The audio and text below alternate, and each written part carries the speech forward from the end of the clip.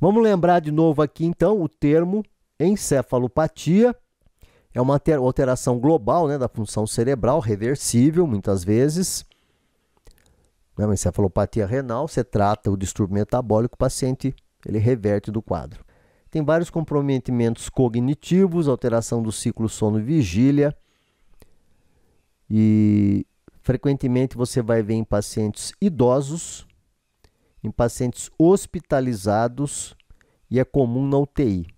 As encefalopatias são comuns na UTI, algumas vezes, quase sempre, né, com um prognóstico ruim, né? Um prognóstico delicado. As referências estão sempre aqui embaixo, tá? Hoje eu vou ser um pouquinho mais teórico.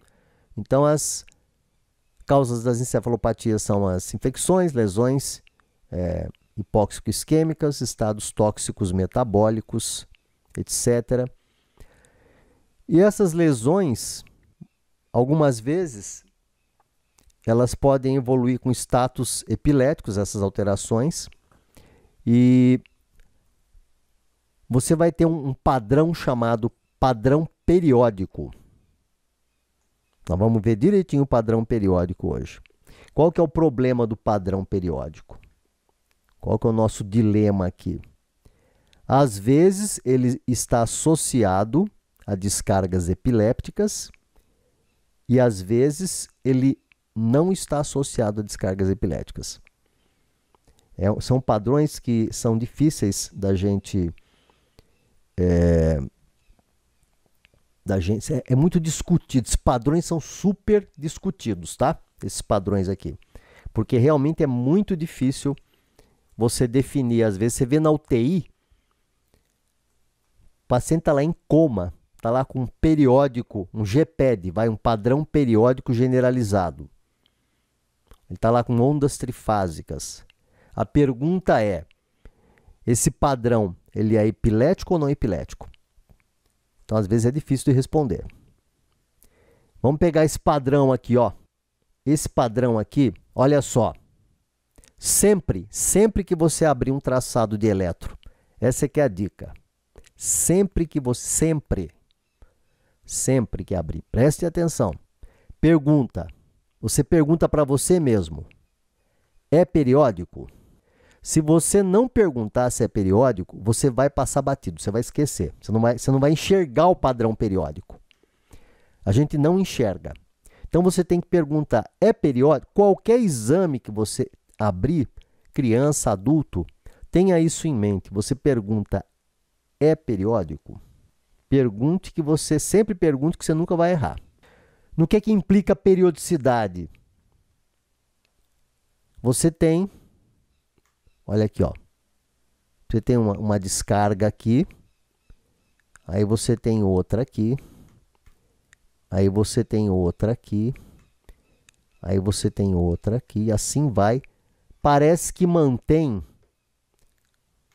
um espaço de tempo em que ela aparece, um espaço de tempo mais ou menos regular em que ela aparece.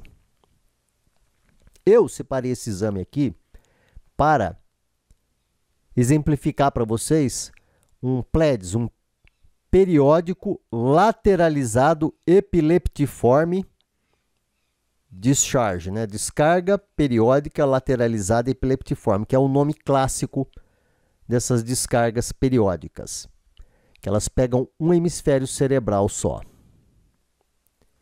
Mas eu pergunto para vocês, eu separei isso aqui para frisar, porque dá para ver bem aqui, né? Dá para ver bem aqui que tem um periódico aqui.